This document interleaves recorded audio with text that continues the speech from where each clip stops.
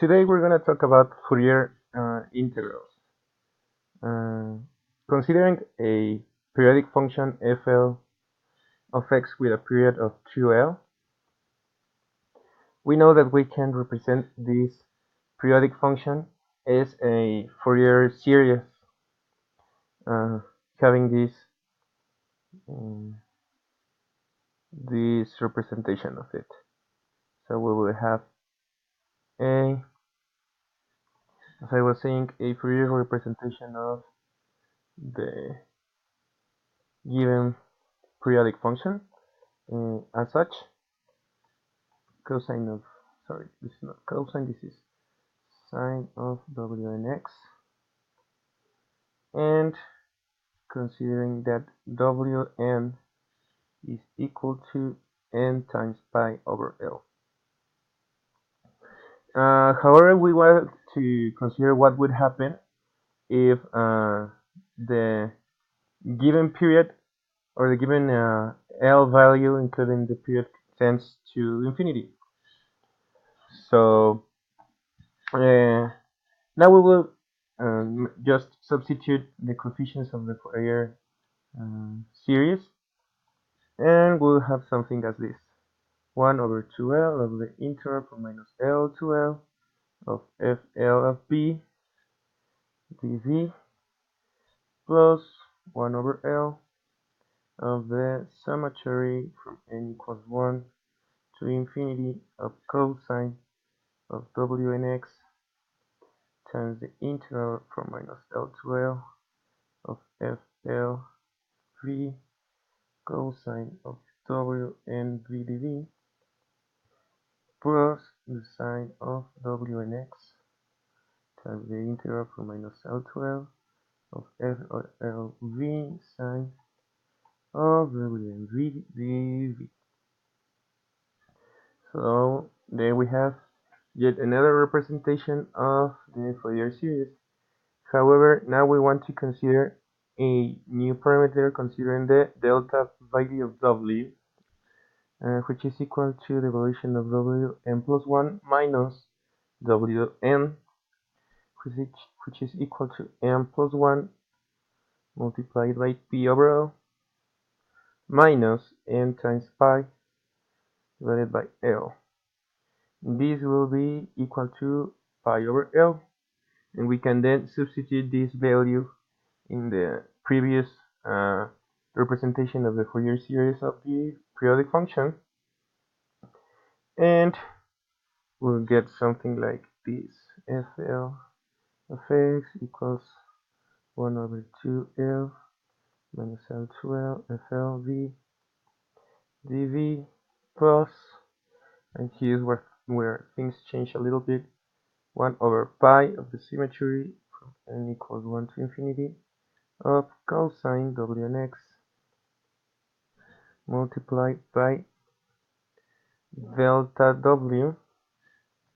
and this is considering that now 1 over L will be equal to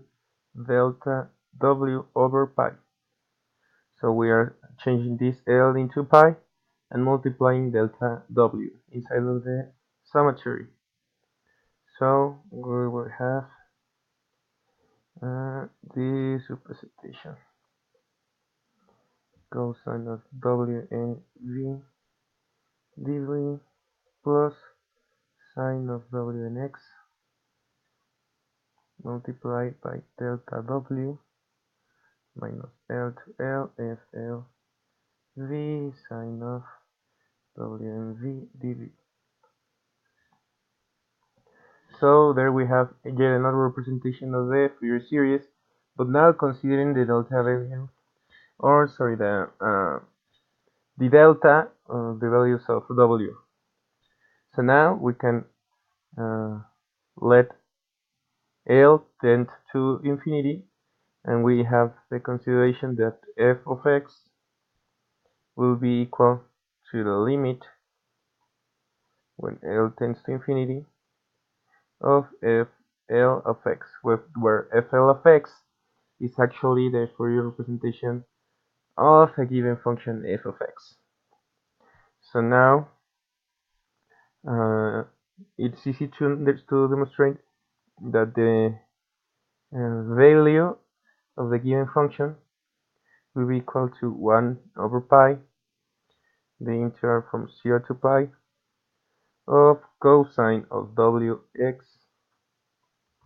sorry, let's write this again, w times x,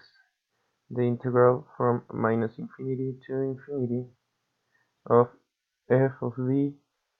times cosine of wv dv plus the sine of wx multiplied by the integral from minus infinity to infinity of f of v times sine of wv dv, and sorry, all this multiplied by dw. So there we have what we'll know as the Fourier integral, where when we have originally a Fourier series, we can now represent it as a Fourier integral, considering that the portion of the period L now tends to infinity. Now we can make a consideration where we have that A dependent on W is equal to 1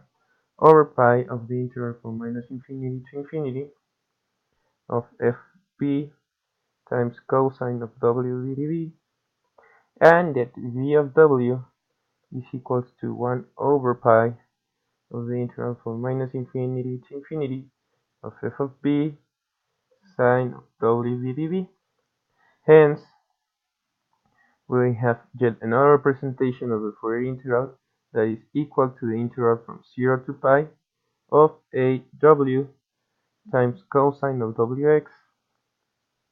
plus v of w multiplied by the sine of wx, and all this multiplied by dw. And there we have it,